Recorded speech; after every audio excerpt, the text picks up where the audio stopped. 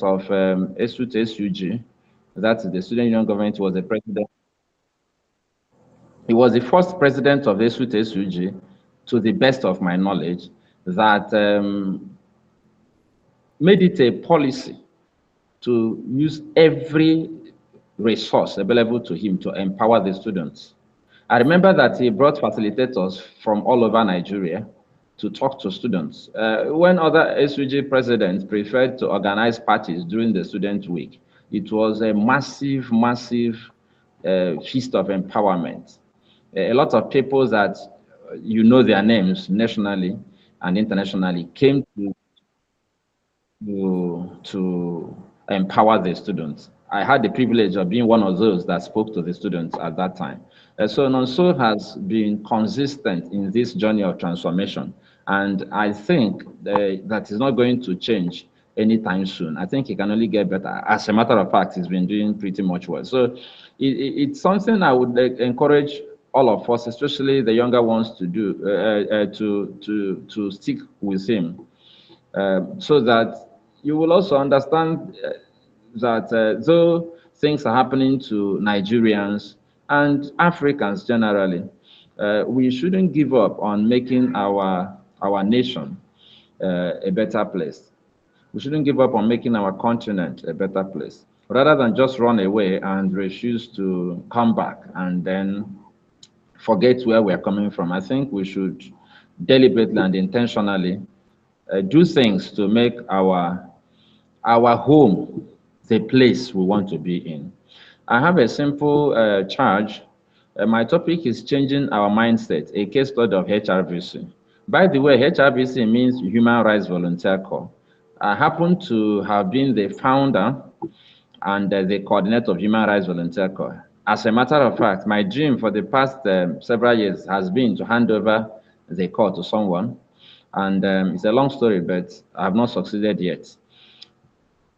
For you to understand what led me to start Human Rights Volunteer Corps, it's a long story, it's a case study. But something happened that will alter my conversation a little. I came onto the platform about 8 minutes to 10 minutes late. It's not in my habit to get to any event late. On the contrary, I get there earlier, whether it's virtual or physical.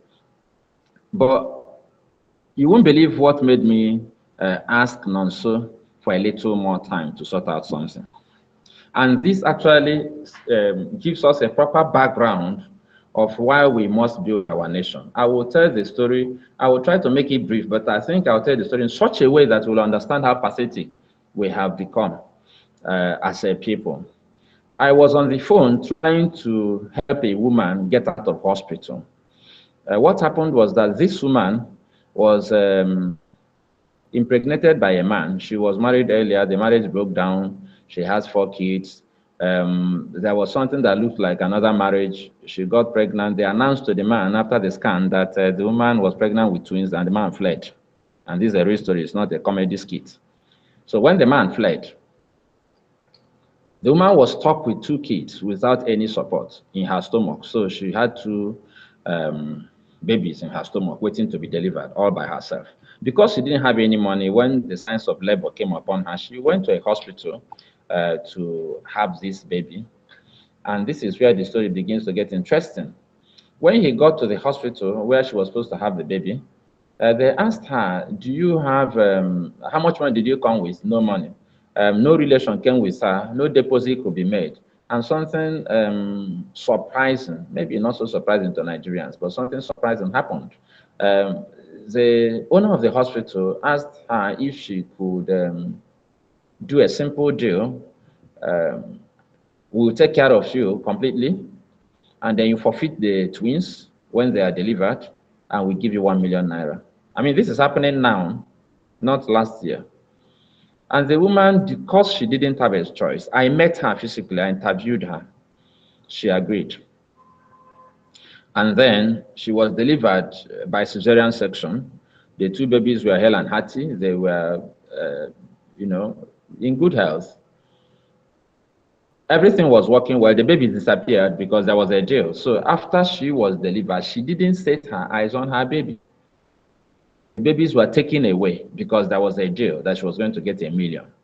But then the half brother of those twins, two beautiful baby girls, I saw the one that is remaining because unfortunately one passed away.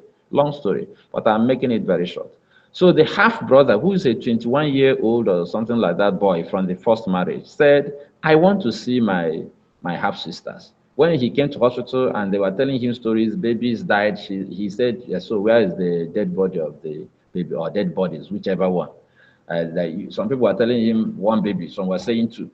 Well, the boy insisted, and when the mother confirmed that she was delivered of twins, but that there was a deal because she was under intense pressure, when she confirmed, the boy started shouting and raising hell and started calling his relations. After he started making a lot of noise, the doctor told him to calm down. It took 4 days or 5 days, something like that, to return the two babies to the hospital. And the doctor now slammed a bill of almost 700,000 on the poor woman and detained her, and she was sleeping on the floor for the past 1 month or thereabouts. So since you are not selling the babies for $1 million, you are going to pay me 700,000 for the cesarean section. And the woman has been sleeping in the hospital since then. A few days ago, I got to hear the story, and I went to the hospital to see the doctor to ask him to release the woman. Unfortunately, the doctor wasn't there. I took evidence from the woman, and then I came back. I was making arrangements. In fact, I plan to go and release her on Monday. Some of you will be wondering how. It's a story I can't get into, but I've released a lot of such patients. You'll be wondering, so what of the doctors?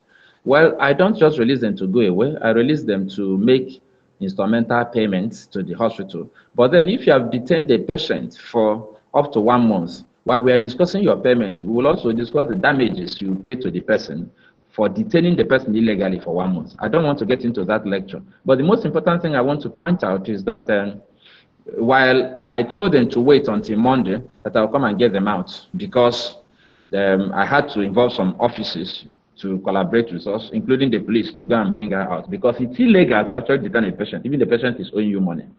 I've done that with police before on 2 occasions.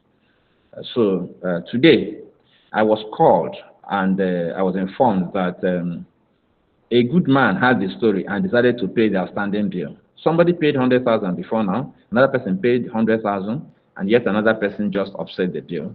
And I sent someone, because they didn't have transport money to go home. That's the next thing I was called about. Okay, somebody paid. I'll be honest with all of us, I wasn't happy someone paid, because I wanted to get at that doctor for doing that deal of baby trafficking.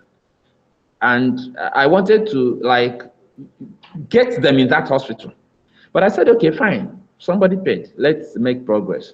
So I sent someone to go and help them take them home, give them some money and all that today. And then just as I was about to start this engagement, the young man called me and said they're not letting them go, that they said that they're owing some money for hospital card and immunization. So I had to call the young man back on my phone, and then I started talking with the nurse who was in charge at the hospital at this time. And I asked the nurse, you know how many weeks they've been there? Almost 4 weeks. You didn't remember that they're supposed to pay you for card? You didn't say these things and consolidate your bill so that the people who are helping out will just pay the whole money. Now you are detaining them again. So I asked her in simple language, do you want them to stay there or do you want them to go? And I won't ask this question again. So the nurse said, okay, let me make consultations. So I think she made 1 or 2 calls and they let them go. And I now turned back to my program. That's your country.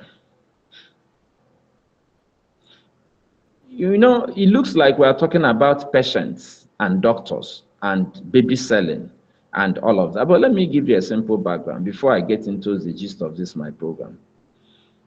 There are some issues that I'm worried about. This woman has 4 children. The son that is 21 years dropped out of school. He's presently a conductor. The second son, who is 17 years, dropped out of SS1. He's sitting at home doing nothing. The other 2 or 3 kids who are tender, I think less than 7 both, have not been to school at all in their entire lives. And I told my friends who are aware of this case that we are breeding the people who will kidnap us and take us into the bush and ask for ransom.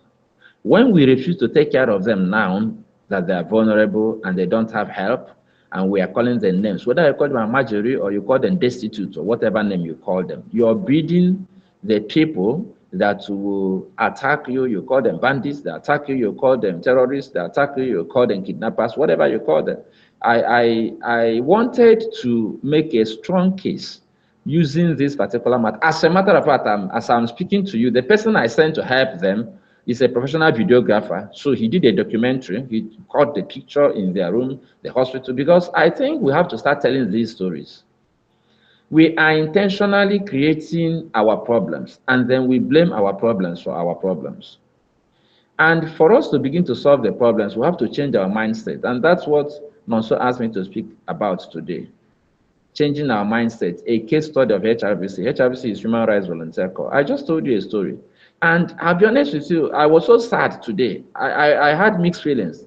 I was sad, happy that she was released. Sad because I lost an opportunity to deal with the man the way I would have loved to. And sad also because this woman is going to a home where there is no bed, no mattress, no food, no proper water.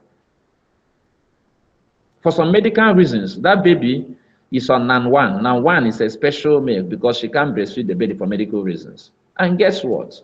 We are contributing money for NAN1, which is a little above 10,000 per teen.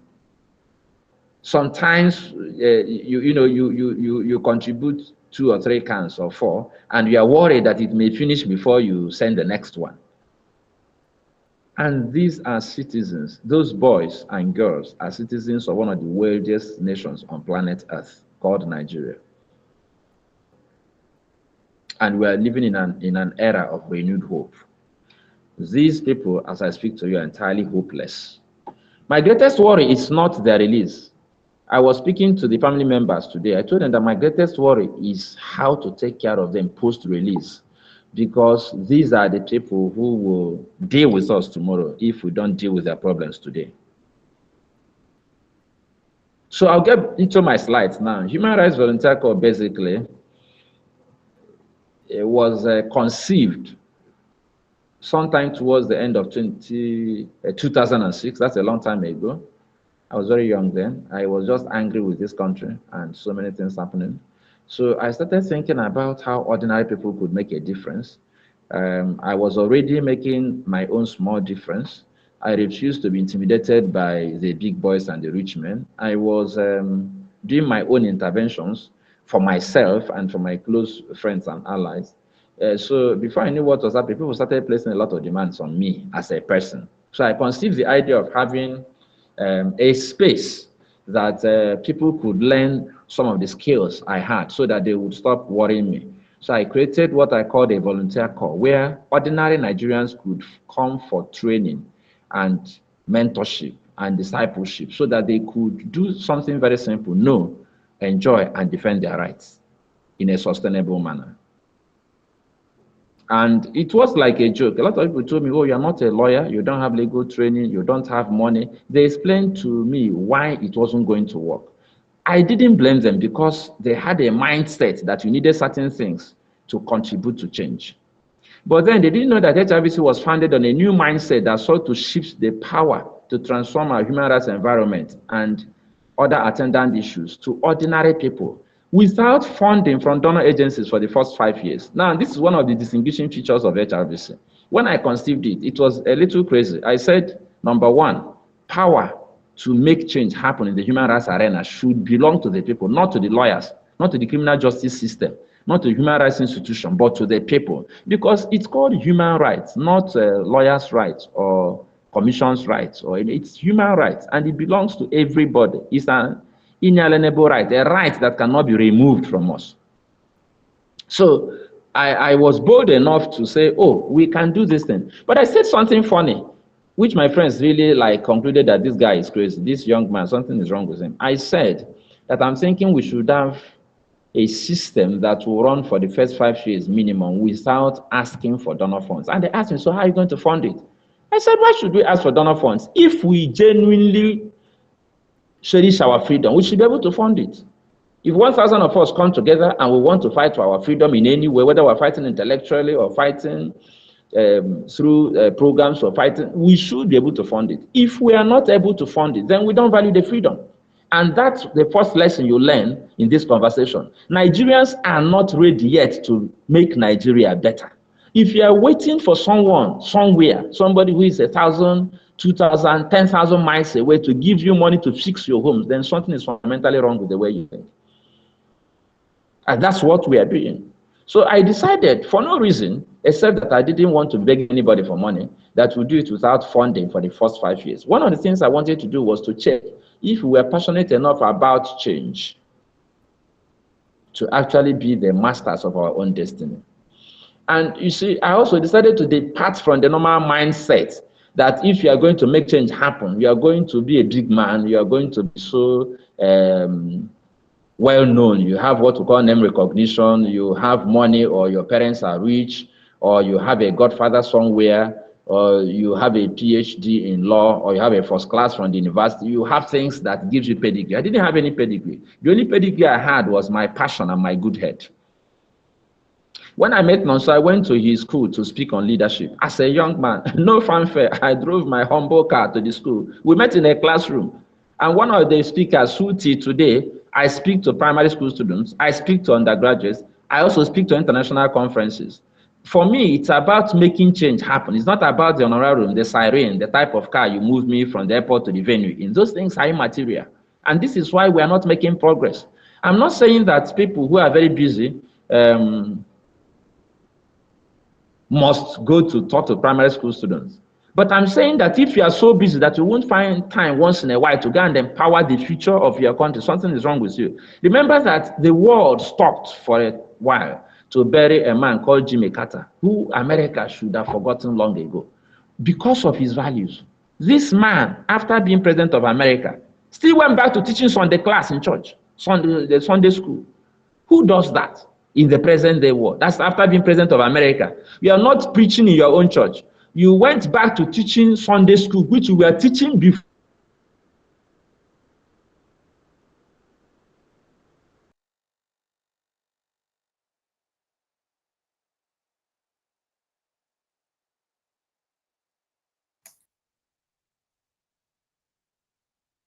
I think there's some technical challenges. Can you guys hear me? Yes, sir. Yes, sir. Okay. Let's give him some time. I think it must be some technical challenge from his side.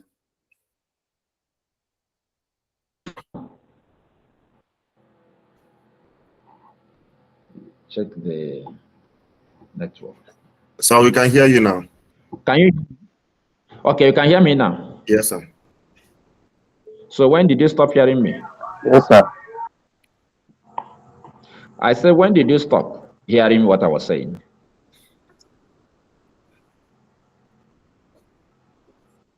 Can you hear me? Yes, sir, we can hear you. Yes, sir, we can hear you. Okay, so I was saying basically that we are ruled by certain mindsets that are not helping us. You are talking about Jimmy Carter, who started teaching. Yes.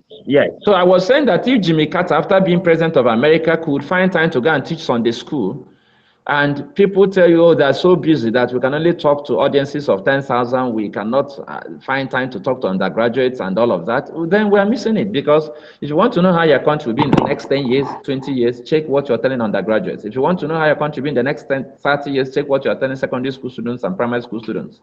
We don't think about that.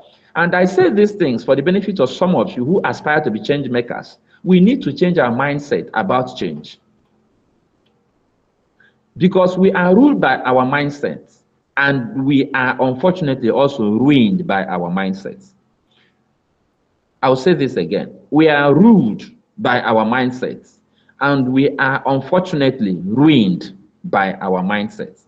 So mindset is very critical in this journey of transformation. Our mindsets actually control us subconsciously. So you don't even know what you're doing. You don't understand why you're doing it. You just do it. And these attitudes can either make us or mar us. As a matter of fact, it's a mindset problem that is ruining Nigeria presently. You know, when I started talking about the possibility of ordinary people asserting themselves and claiming their rights, a lot of people were skeptical. But Human Rights Volunteer Corps successfully mobilized thousands of people and trained them in the Southeast to know, enjoy, and defend their rights. Of course, we have been in 8 states beyond the South. We've been in the South. We've always aspired to be in Lagos. We are presently having a very serious passion about having a place in Abuja. In fact, it's a goal for this year. And this also reaching out to people who may want to be part of this kind of movement. But the truth is that a lot of people didn't understand that it's possible to begin to think about change when you don't have money, when you don't have plenty of support. When this idea of human rights volunteer corps was conceived, there was no financial support from anywhere. There was zero financial support. All I had was the passion to make change possible. The fact that people believed in me and they were coming to me individually. And I kept asking them, if you are coming to me to help you, why can't you help yourself? And they say, oh, you are special. Oh, I mean, we can't be like you. I said, no, you can be better than me. It's just that you don't understand what you carry. It's the same thing that happened to you that happened to me, and I became bold. I was detained by a military general when I was a young boy. Because he was owing me money, I asked for the money and insisted, and he detained me. I remember that I was detained at Abati Barracks in an underground cell for asking for my money. And I went berserk and insisted I would get to the end of the matter. Long story short, I not only got to the end of that matter, the man was forced to retire from the army. A lot of things happened. And people saw me as a hero and started telling me, oh, can you help me resolve this matter with the police? Military men arrested my son. Can you help me? I was helping them, and successfully too, before I realized that my life was going to practically fall apart if I continued that way. So I thought of a small institution. In fact, it was conceived to help people in Enugu. That was the truth. The original conception was to help people in Enugu. And this is another lesson. Very often, the men we revere and celebrate globally did not set out to become global icons. You can quote me. When Mother Teresa started helping people and loving people, she didn't set out to become a global icon. When Mandela started fighting for his people to be free, he never expected that one day the whole world was going to stand still and celebrate his birthday. He didn't know he was going to become the most influential man in the world. He was just solving a problem. He wasn't looking at how many people celebrate him, how much money he was going to make. These are the things that derail us. We're talking about mindset. But God helped me. I think I had enough common sense. And, you know, I read a lot of biographies. I do a lot of meditation on life and things. So I just realized early in life that success is not about money. Success is about what you define as your success. And if you're going to learn anything, learn this one today. People tell you that when you are successful is when you have made a lot of money. I do not agree. When you genuinely become successful in any field of endeavor, money will follow you and overtake you. When Mother Teresa set out to help people who couldn't help themselves, she wasn't thinking about money. Eventually, by the time she passed on, her vocation had millions of dollars in assets and in resources. When Mandela started running around helping African National Congress, ANC, he left a thriving career as a lawyer. Himself and Oliver Tambo were the first blacks to have their own chamber in South Africa. But do you know, this man, when he was arrested by the South African police, was brought out from the boot of a fine lawyer, the sharpest dresser in town, sharpest black dresser that even whites envied, reduced himself to a level where he was hiding in the boot of vehicles to move around, basically because he had a passion to help his people. What changed in his mindset? I will tell you this so you learn from Mandela a little. Mandela realized that he could help blacks by doing one case at a time. So if they did this to a black man, they would come to his chamber, he would help them. And then after some time, he realized that he would have been better off solving the big problem that oppressed these black men than helping them with individual cases. But that was a risky path to take. That was a path that was going to deny him his daily income. Despite all of these challenges, he took that decision and went to a man called Walter Sisulu. He was his mentor. Mandela used to call Walter Sisulu the wise one. And Walter Sisulu mentored him and trained him. Most of you don't know Walter Sisulu. You don't give him credit. So after today, go and Google Walter Sisulu. He was a person who actually made Mandela focus on saving the blacks in South Africa. Mentored him. He was in prison with him meanwhile, but that's not the topic for today.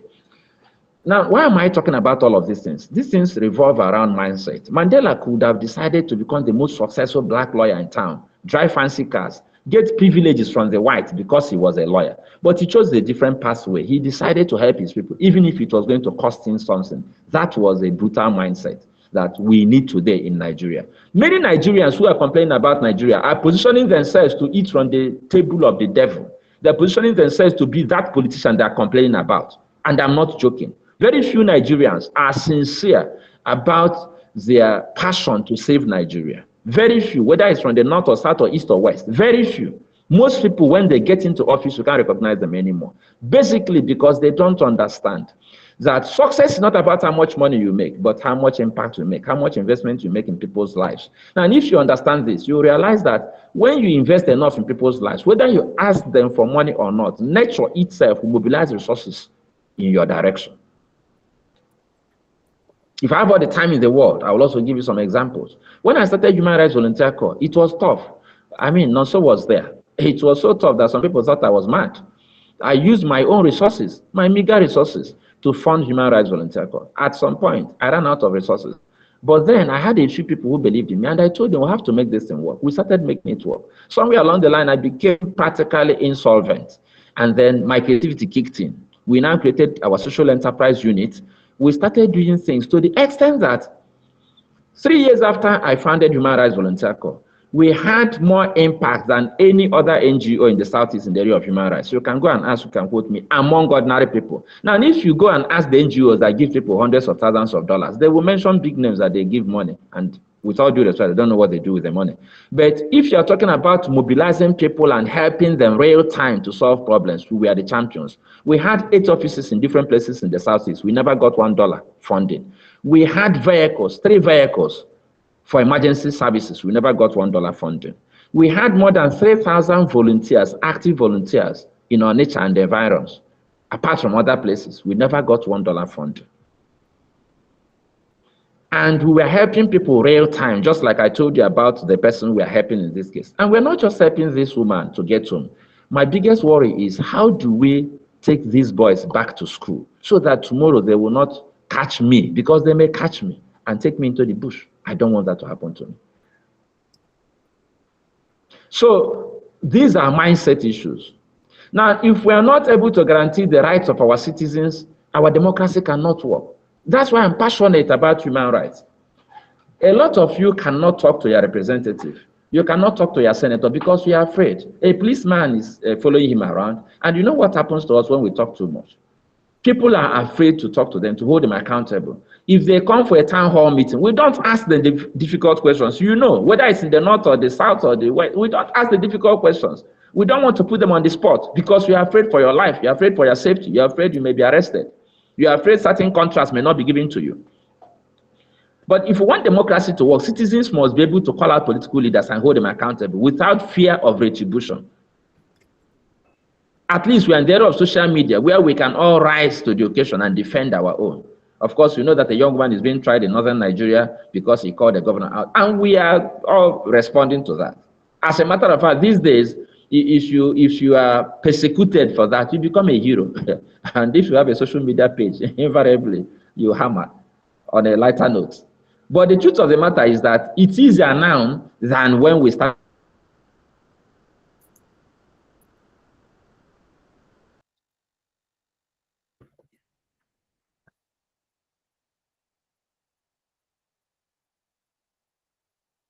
Sorry, sir, we can't hear you anymore.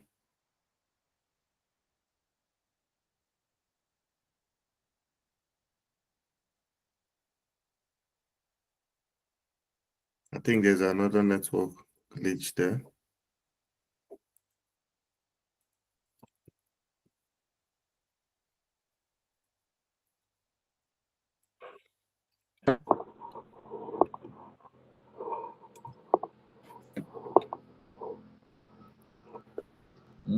Hello, sir. Can you hear me? Yes, we can hear you now. Okay, so let me continue. Maybe if it happens again, I will change the network. I will have quite a few here. So if we are not able to guarantee our rights as citizens, our democracy won't work. We need to be able to gather at way for legitimate purposes, including protest. I mean, we have a right to protest as long as we protest within the ambit of the law. We have a right to move anywhere we want to move at any time for legitimate reasons. These are rights that are enshrined in the Constitution. We have a right to ask the leaders to provide for our welfare. It's not a joke. It's not a privilege. It's a right. I was on radio yesterday, and when I was talking about taking care of citizens, someone asked me, so if we go and have 5 children and we can't train them, we expect the government to help us. So I said, look, government has a responsibility to provide for the welfare of children. How they were born or who delivered them is immaterial. The Constitution actually said it, it's not my opinion. For instance, we have what we call universal basic education, which guarantees education for every child in Nigeria from primary school to JS3. It's a constitutional matter. It's called universal basic education. I didn't put it there. It was put there by the people who crafted the Constitution. And the education policy backs it. So you shouldn't be interviewing me about how many children I have, can I train them or can't I train them? In normal climes, in countries where things work properly, children have special care. Netherlands, up to 18 years, free education, free healthcare. United States, United Kingdom, all over the place. In Africa, in Rwanda, they use drones to deliver Medicare. They have fantastic medical care facilities for women and children. In Nigeria, we have these things enshrined in the Constitution. People will be asking you questions like, so you go and have 10 children, want me to take care of the children. It is the duty of government to also encourage people or discourage them about the issue of having children. There are countries in the world now, like China, is actually now giving incentive for people to have children. But the same China actually restricted the birth of families to couples to 1 child. So the state can actually influence these things. You don't just stand around and be complaining that, oh, they're having children, they can't train. Once they have the children, you have a duty to provide for them. Now, when we understand these things and begin to hold politicians accountable, that you have a duty, it's not optional, it's a duty. You'll be surprised how much change can happen. I know that I've been in a situation where governors, not one governor, called me to ask me, why are you saying this? Why are you doing that? Recently in Enugu State, the government decreed that people should go to the market every Monday. Some of you may be familiar with the challenge of sit at home in the Southeast, where some non-government actors insist that people cannot move around on Monday. And people insist that, well, some people say they must move around. And the new Enugu State Governor, Dr. Peter Mba, said people should go to the market on Monday. In fact, he decided to make it a rule, as it were, because it's not a law, a rule that if you don't go to the market on Sunday, your shop will be locked. The soldiers went to the market, policemen went to the market, and they started locking shops. Of course, the traders protested. In the course of the protest, one young man lost his life, and people were shot. A lot of people were just murmuring about it, murmuring and all of that. But I felt it's not a murmuring matter. I made my position clear. Position number 1, you cannot decree whether a man should go to his shop or not on Monday or any other day for that matter. If you look at the laws of this country, has a right to decide to go to the market or not, whether it's Monday or not. Of course, they asked me a simple question. The commissioner that they sent to the radio program asked me a simple question. So should we obey non-state actors and disobey the governor? My answer was very simple. We should obey the laws of the land, the Constitution. If the non-state actor says something wrong, we shouldn't obey him. If the governor also says something wrong, we shouldn't obey him. If non-state actors say we shouldn't go to the market, we shouldn't obey them if we don't want to go to the market, if we want to go to the market. If governor says you must go to the market, we can disobey him if we don't want to go to the market. It's our decision. For me, I'm a constitutional citizen. I'm not emotional about it. And I came down so hard on the commissioner that they had a meeting to discuss what to do to or with Larry Oguego. In the course of that meeting, some of the persons in the meeting told them that the man is right. I didn't know they recorded what I said. They replayed it. How did I know? Because they eventually engaged me to solve the problem. And what was my solution? When the SAG came for a meeting, my position was very simple. Very, very simple. You are going to apologize, pay compensation, make the victims happy. And if you can do that and they accept this thing, because it has happened, it has happened. And then conduct yourself properly by allowing people to make choices. You can persuade them to go to the market, you can't force them. Long story short, they agreed. In less than 5 weeks, all of these things were done. Those guys were compensated inside my office. I represented the state at the funeral of Bonaventure Odo, who died because of that incident. I insisted that 2 of his family members should be given jobs by Enugu state government. The government picked up the bill for the funeral. They paid the family compensation. I'm not a member of his family. I'm not from his village. I'm not even from his state. But I became a voice for that family. And they got a respite. Some people didn't like me, but guess what? Even the Commissioner for Justice called me and said, "Bros, God bless you." That I was telling them, I was advising them, they wouldn't listen to me.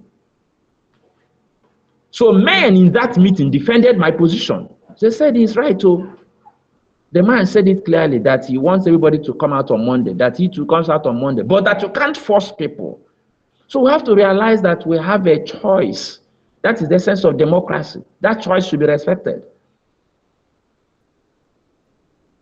If citizens do not have a choice,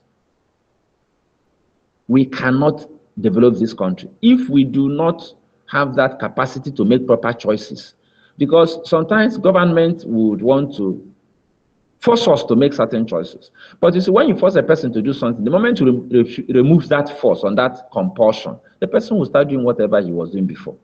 So the government should realize that institutions like National Orientation Agency should be made effective.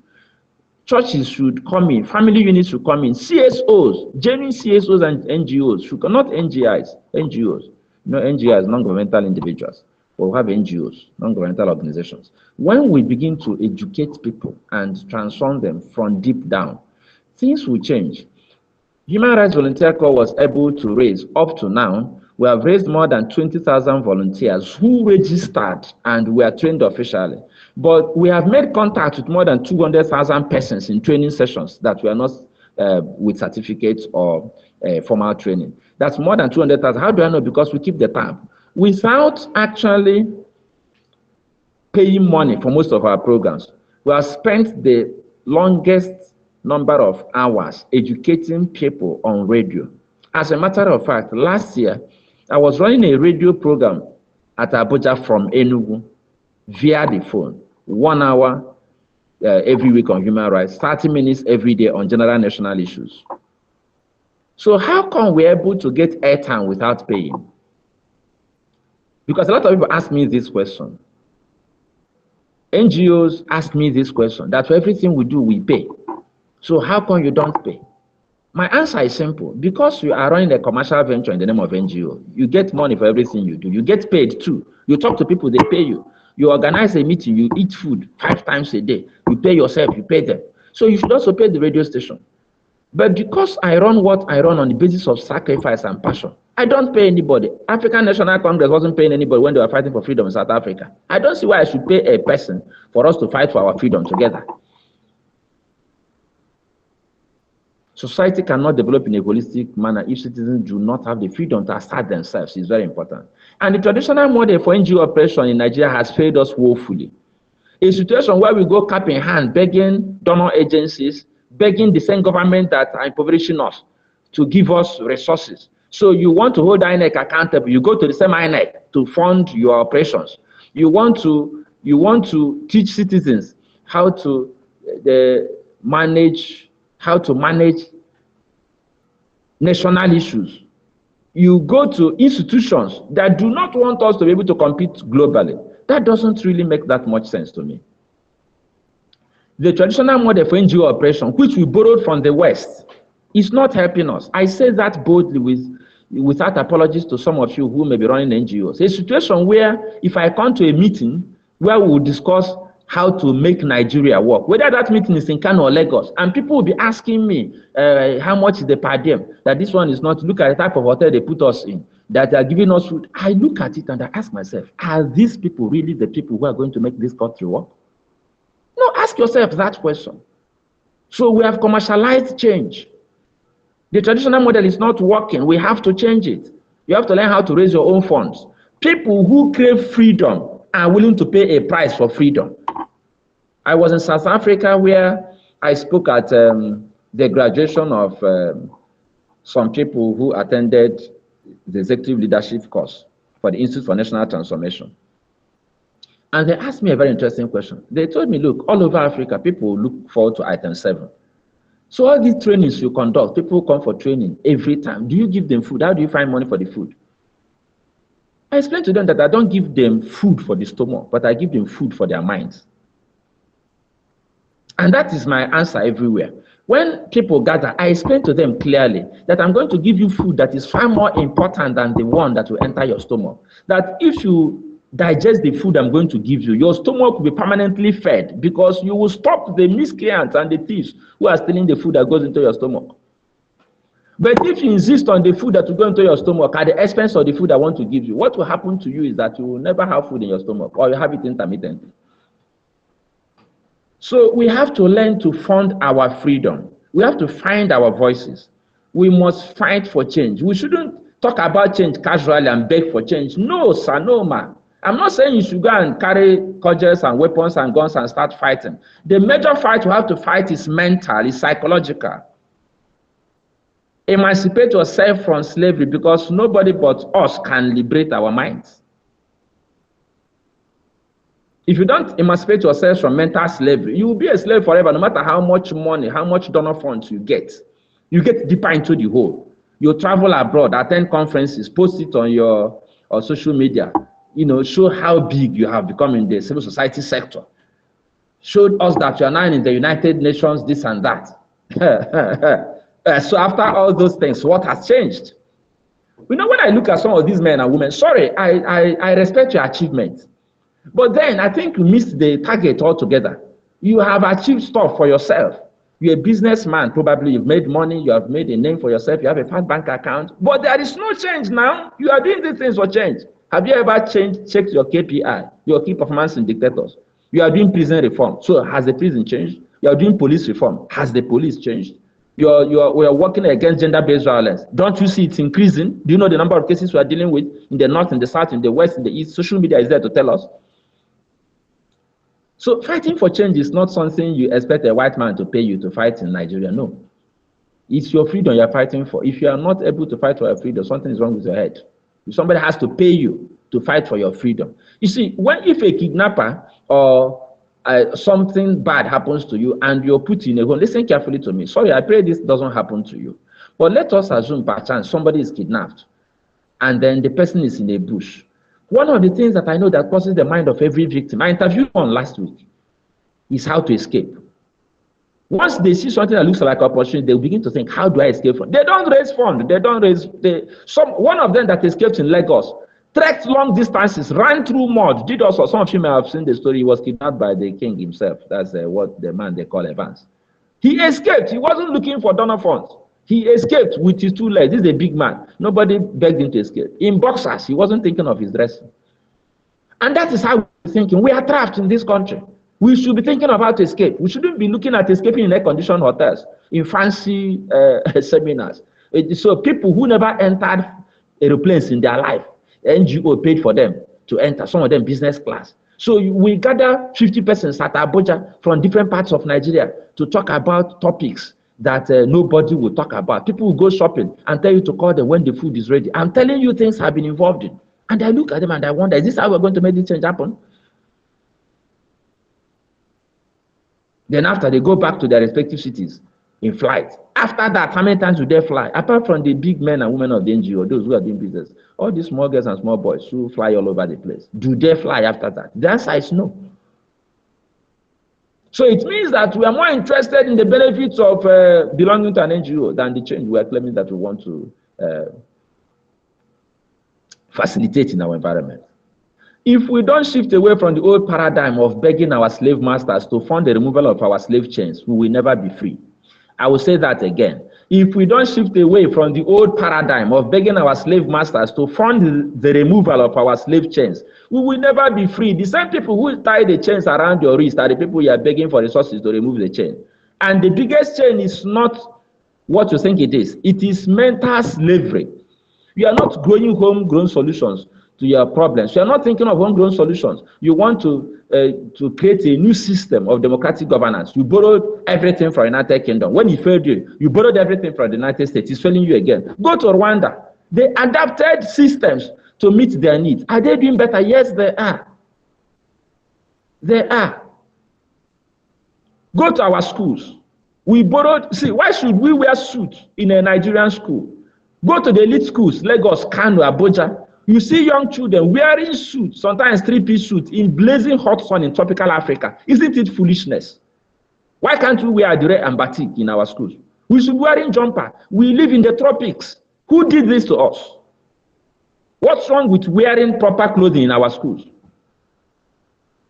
Why should we wear the same thing they wear when they graduate from the university? That's why I dropped my hat for University of Ife, Great Ife. Go and check their own hat. It's different. It reflects our own traditional hat. We should even do away with the hat. The Igbo man should wear his red cap to graduate. At least you are a red cap chief when it comes to education. The Hausa man should design his own cap. The Yoruba man should wear. Why must we be like that? Why? If we don't shift away from the old paradigm of begging our slave masters to fund the removal of our slave chains, we will never be free. We can't do the same old things and expect a different result. Men and women of like minds who are willing to pay the price for change must unite across this country called Nigeria and drive the change we all want. We can't keep talking about this change forever and do nothing. And don't tell me you don't have money. Don't tell me you're not a lawyer or you're not a political scientist. No, sir, no, man. You can start change from that. You see, you have 200 followers on social media. Start there. You have a family of 5 persons. Start there. You have a group of friends. Start telling them, see, bros, we can't continue like this. There is something in your hands. It may look like it's insignificant, like a dry stick, but you have something in your hands. You can't just be standing around with it. It is when you throw it on the ground, it's when you begin to take instructions from men and women who have passed through that path, when you begin to deploy that small thing, that dry stick in your hand, that it will become something dangerous. No matter how hard we work, or how much we steal, the quality of our lives will depend on how well we build our nation to provide for our common good. I'll say that again. No matter how hard we work or how much we steal, the quality of our lives will depend on how well we build our nation to provide for our common good. People are running away from Nigeria, not because they don't have money. I can tell you that our environment is oppressive. Everything here is oppressive. If you go to normal countries, things work. When you go to those places, you can do a calendar for what you want to do in 2025, and it works. In Nigeria, you can plan a calendar, and one CBN governor wake up and say there won't be any money in circulation for 2 months, so you don't have money. You start buying naira after buying dollar. Somebody can wake up and say there's no petrol. So we are living in a place that things are so unpredictable, so crazy. And no matter how hard you work or how much you steal, you cannot get everything you need for a quality life. But if we create an environment, where we make things work. You get to a bus stop, you know that a bus will come by in the next 5-10 minutes. You go to the airport, you know that the flight will take off in the next 30 minutes. If the flight is not going to take off, you see it on the board there, that there's a delay. If they delay your flight for a certain number of hours, they put you in a hotel. Not in Nigeria. They know that they should do that. They won't put you in the hotel. They'll say, go to court. You remember? Let's go to court. Go and report us. Because they know that most people don't even know their rights, and when they know, they are not patient. What I want to tell you as I round up today is that when the weak come together, they become strong. We can do so much. Human Rights Volunteer Corps did something different. We brought people together. You won't believe it. At ONHR, we had thousands of volunteers. And what do? They were contributing 200 naira every month. You won't believe that when we wanted to buy the first car, we said we want people who have money to contribute 1,000 naira to buy a car. The budget was 1 million. In less than 1 month, we had 1 million voluntary contribution because we had more than 2,000 volunteers at that time. When the weak come together, they become strong. When they contribute their ideas, they become intellectually strong. When they contribute their money, they become financially strong. When they contribute their strength, they become physically strong. When they contribute their numbers, they intimidate the opposition. Go and ask the policemen who ran away during EndSARS. The problem we have is that we refuse to come together, and that is why we are weak. So if we want to be effective civil society, we should come together across the nation. We cannot be in silos. Civil societies in the Southwest, we work in the Southwest, South-South, we work in the South-South, Southeast, we will just be working.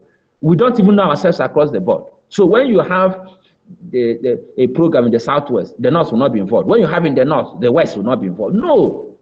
When the weak come together, they become strong. And that is one of the major mantras of HRVC. That actually was our mantra for last year, and we adopted it as a permanent call to duty. That when the weak come together, they become strong. If 1 million weak persons contribute 1,000 naira, they have 1 billion naira. If 10 million weak persons contribute 1,000 naira, they have 10 billion. If they add 10,000 naira, they have 100 billion. We can be richer than the people who oppress us, but we have to come together. And when we contribute that money, somebody shouldn't embezzle it and run away and go and buy a house in US.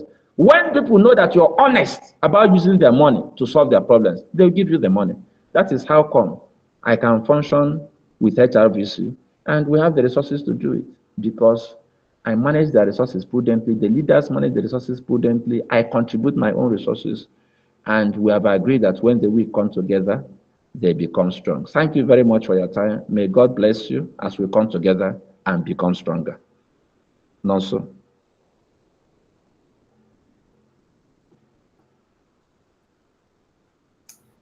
Wow, thank you very much, sir. Thank you very much. Thank you so much. Wow. I told you guys this is going to be one of the best sessions, right? Was my prediction right? Can I get some feedback? Sunday said, yes, sir. Okay, awesome. Okay, thank you so much, sir. We have some questions. I think there's one already posted in the chat by Bala. Sir. Okay, ask your questions first, but there's something I'll say before I sign off. It's very important. I think we have a lot of young people on this platform. Go ahead and say it, then we can ask questions, sir. Okay, please, I want to say this. This is very important. If you're a young person and you're listening to me, your age has a lot to do with how much passion you should have for rescuing Nigeria. I forgot to say that, but it's very important to me. Listen carefully. If we all expect to live to be 90, some of you who have strong faith, you may want to be 100, but let's use the benchmark of 90. Listen carefully. It means that if you're 80 years, you have only 10 years to suffer in Nigeria before you die. If you're 70, you have only 20 years. But if you're 20, you have 70 years to suffer if you don't change it. Do your arithmetic. The people who are young have an incentive to change this narrative more than those who are older. So if you are listening to me and you are thinking, good talk, I saw your thumbs up, your hailing, it makes sense to me. It's not about hailing me. If you are young, just remember that you'll be doing yourself a favor if you fix this problem. Why? Because if you don't fix it, you're going to be in hell for a very long time. That's what I wanted to tell you. You can ask your questions now. Wow. Thank you once again, sir. Bala asked a question. He said, can you please explain the approach that we can leverage the intrinsic values of culture, such as traditional ethics, communal responsibility, and indigenous knowledge, be harnessed to drive positive change in our community, fostering unity, sustainable development, and resilience in the face of modernization and global influences. Bala, this is too much English, yo. So I think what he's trying to say is... Bala, where are you from? Bala, you can unmute yourself. Go ahead and unmute yourself. Bala, where are you from? I like communication with you. Where are you from? Which part of the country? Yeah, I based in Abuja. Sorry? I based in Abuja. Okay, you are in Abuja. Of course, Bala suggests that you are from the north. I want to tell you, yes, I want to tell you clearly that, first of all, when I ask you where you're from on this platform, feel free to tell me where you're from, because I'm one of the few Nigerians that is a Nigerian. And I'm so sorry, I think I want to explain this before I continue. So feel free to tell me you're from Bayelsa, you're from Sokoto, you're from Katsina. First of all, I've been to every part of Nigeria. I've slept in a bashiga for weeks. And in fact, they didn't even want me to go again. when I was an undergraduate. I went to Katsina. But let me tell you something that will surprise you. When I was a very young man, I'm still young, but I was much younger then. Somebody called me that a friend, somebody he knew was stranded in Enugu. A youth corps member from a place called Langtang. The name sounds Chinese. The other one is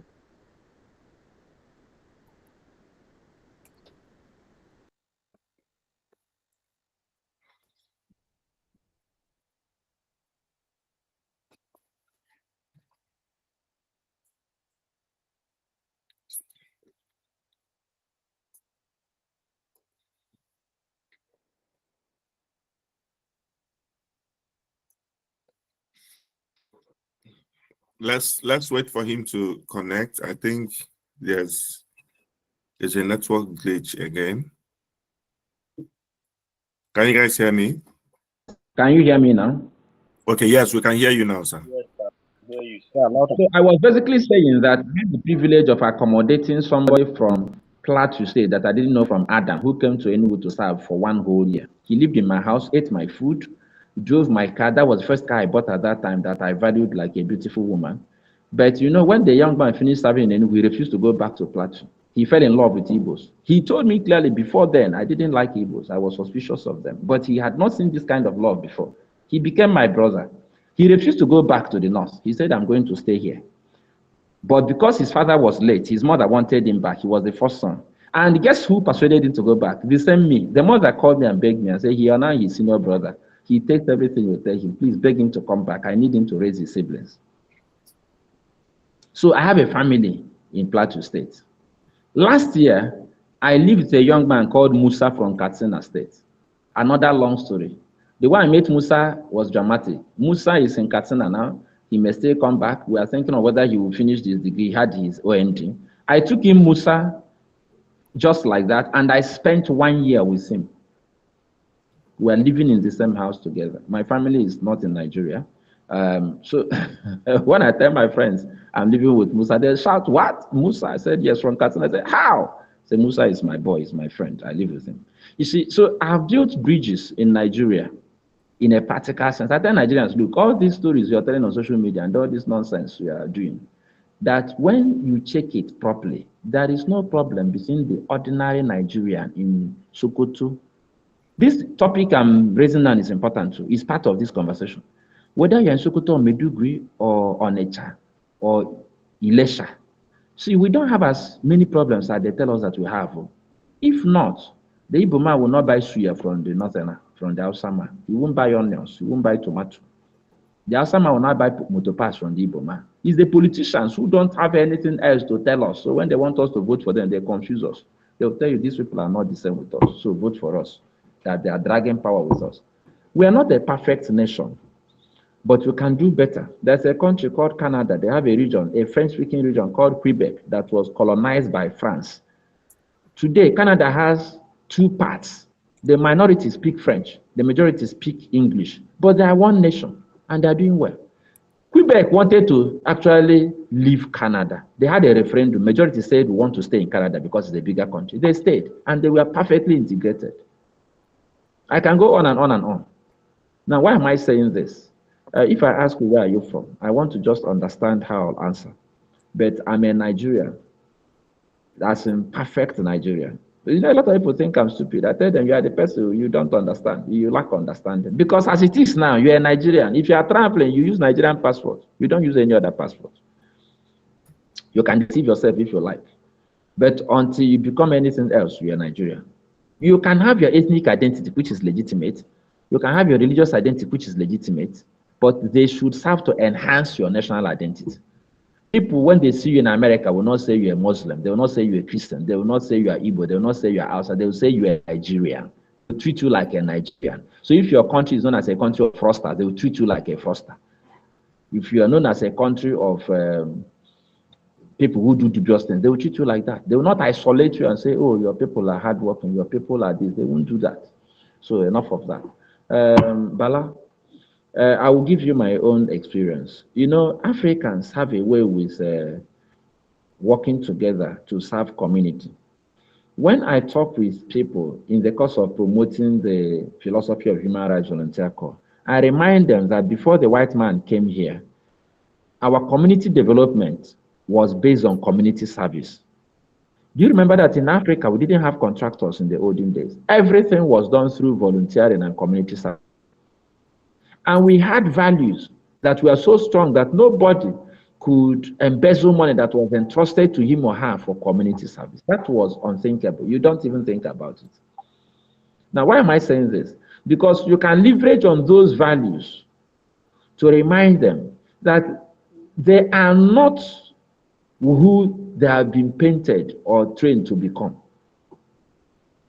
And when I appeal to these sentiments, because we are proud of who we are, when I remind them that in traditional Igbo land, we don't expect other people to solve our problems.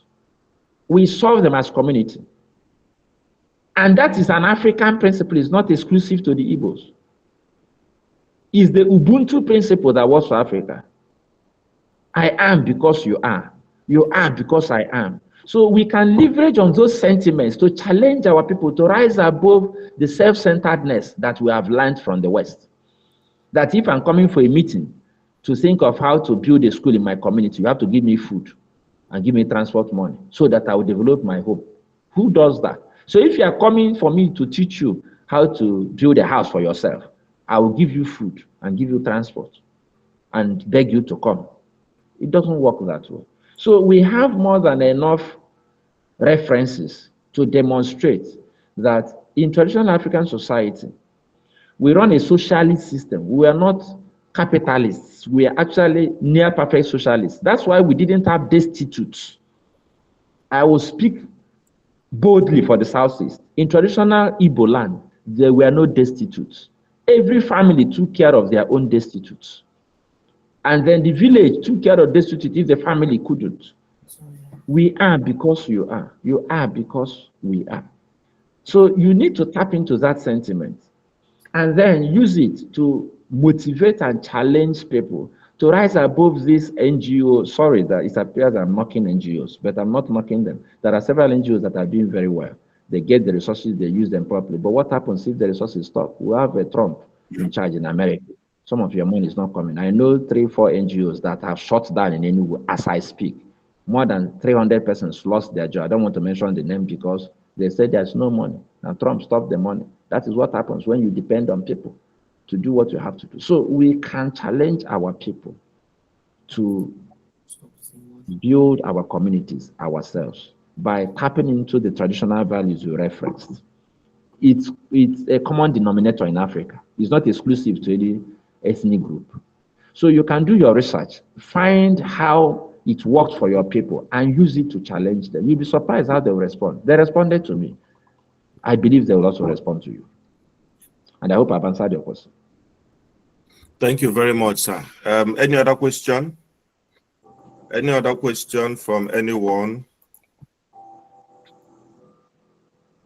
You can signify by raising up your hand if you'd like to ask a question. From the group, they say, thank you, sir. That was a wonderful session. It was a wonderful session. Thanks a lot. Honestly, mind-blowing, words of wisdom. Just as Mr. Nonso mentioned, it was one of the best. Felt like adding 1 more hour. Felt like 1 more hour should be added. Thank you, sir. Don't worry, he will be back in another session. Bitter Truth, thank you so much, sir. What a session. Okay, I think we've talked about this. Okay. Any other question or feedback from anyone? Okay, can someone, maybe 1 or 2 persons, tell us what stood out for you during the session? What was the major thing that stood out for you during the session? 1 or 2. The first 2 people to signify. I will give you mic to talk. Okay, Benedicta, you are first. Go ahead.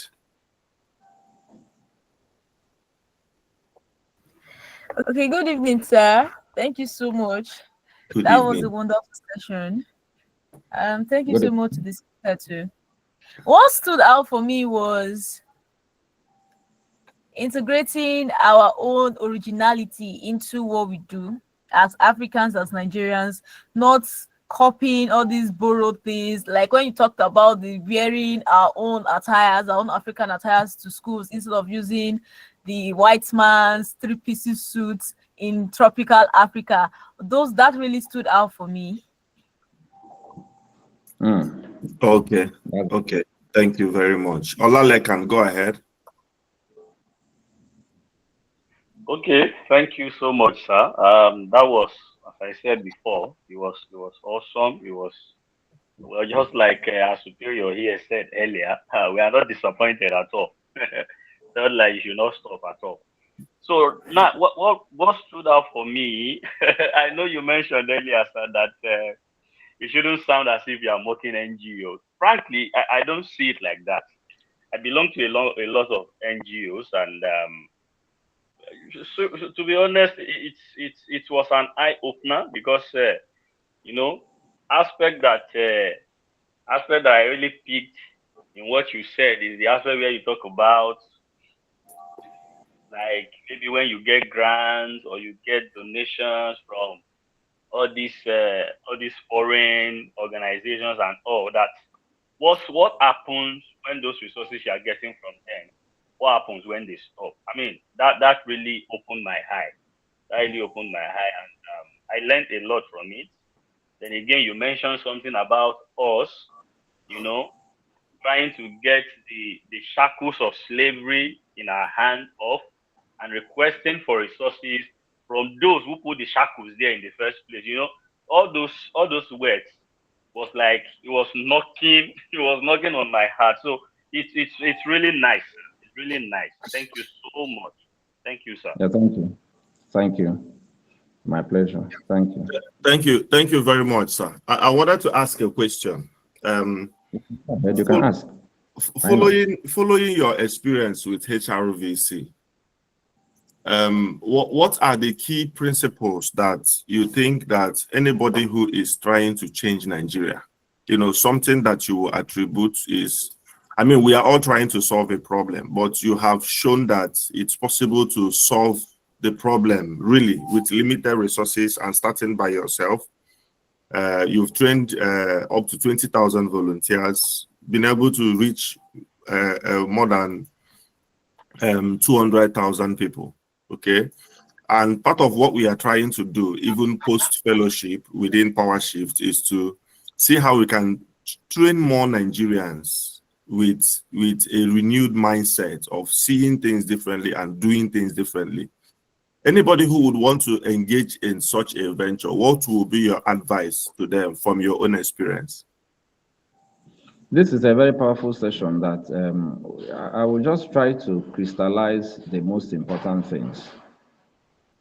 The most important thing I must advise you to do is to understand your purpose, the why of what you're doing. Because most Nigerians do not believe that Nigeria is even worth the trouble, people will discourage you. So you have to understand your why, not just the what. I like fundamental issues. If you don't understand your why, you won't go far, or you start the journey and change the destination. Listen to what I said. You can start the journey and change the destination. So you can start with trying to change Nigeria, then after some time, Nigeria will change you. So when you get halfway through the journey, you join the carpetbaggers and begin to look at how to also feather your nest. So you need to really thoroughly understand your why. Why do you want to do what you want to do? You have to be strong on principle. You have to be strong on principle. If you're not strong on principle, you'll also derail fast. And then one of the things that we don't understand is the place of money. You have to beware of financial rewards. I'm telling you the things if you want to make progress and make impact. You have to beware. I'm not saying you shouldn't take money when it's offered. I'm not saying that you shouldn't take financial help, but you have to beware. So if you're giving money, you should do everything you can. In fact, that's a principle I have that has helped me. For anybody who gives me money, sometimes unsolicited, or institution for the work of Human Rights Volunteer Corps, I add money. I tell myself, see, for everything we do that costs money, like I sent someone a Happy New Year wish in 2025, and the guy responded by saying, I'll give you ₦1 million. I want to support what you're doing. And when I get such responses and such money, I'll tell myself, you do a matching grant. If somebody who doesn't understand what you're doing as much as you give 1 million, put 100,000 on top of that 1 million. So that commitment makes it impossible for me to start feeding off such money, which is a genuine temptation. A lot of people make a lot of noise just so that they will get money. And then you have to understand that if you want to go fast, you go alone. If you want to go far, you go with people. As a matter of fact, even now, I'm looking for people. And also, I will admit publicly that I've not done enough. In fact, I've not done any significant work on social media. We just constituted a team last year. We employed someone strictly to be social media manager. I talked about sending someone to get video of the incident I talked about because we're doing a documentary. So there are areas we have been weak, and I know no, so you have to on it. So we are saying, okay, we're going to be determined. So we must do it. And we are also trying to collaborate with people who are social media savvy to help to promote our philosophy and our experience to the extent that others will learn from it and begin to create pockets of enlightenment in their communities. I've learned a lot from having the proper mentors and people who discipled me. This is important. Don't take it for granted. I relate very closely with some iconic leaders. At a time that I reached a peak and I didn't know what to do, God sent a man called Professor Niborg my way. When we started HRVC, and it was just a local thing, I was doing what I was doing and I was loving it. God sent Jika Ato, the then MD of Cosmo FM. And in less than 1 year, we had HRVC in 5 states. Within 2 years, 8 states, because of the power of one media house that was powerful, collaborating with us. So you do not underestimate the power of collaborations. If you are going to go far, collaborate. In fact, this year, we are doing a whole lot in intentionally seeking partners to collaborate with. And it's already working, as in already working. That is, it's intentional. It's not just something I'm doing casually. So I'm trying to explain the things that helped me. And you can't possibly master all of them at the same time. I think the most important is your own capacity to be the change that you want to see in your society and your community. And you know, you can have a dream to become a change maker in Nigeria or in Africa, but don't let that dream intimidate you. Start from where you are with what you have. Because if your dream is too large and you don't make progress, you may chicken out. Just understand that it's not about the fame. I'm a very shy person. You know, when I say, some people say you shy, where you can talk to us, I say, personally, I'm a very shy person. In fact, it's my battle with shyness that made me run away from social media, which I'm working to overcome now. But the point I'm making is, you have to understand that it's not about the fame. You have to remain humble, even if you become famous, and focus on the service you're rendering. And this fame is relative. You know, you can be famous in a city and not be known outside your city. You can be famous in a state and not be known outside your state. You can be famous in a country and not be known outside that country. So if you are not careful, you may become famous in your city, and then it gets into your head, and then you lose the nation. So you have to stay humble, focus on service. Service is just the key. And focus on results. Just serve people. Don't worry about the reward. And don't ask me where your next meal will come from. Maybe as we continue conversations once in a while, I will explain to you the dynamics of social enterprise. Once you become a powerful solution provider, money will find you, whether you ask for money or not. This is a principle and it works.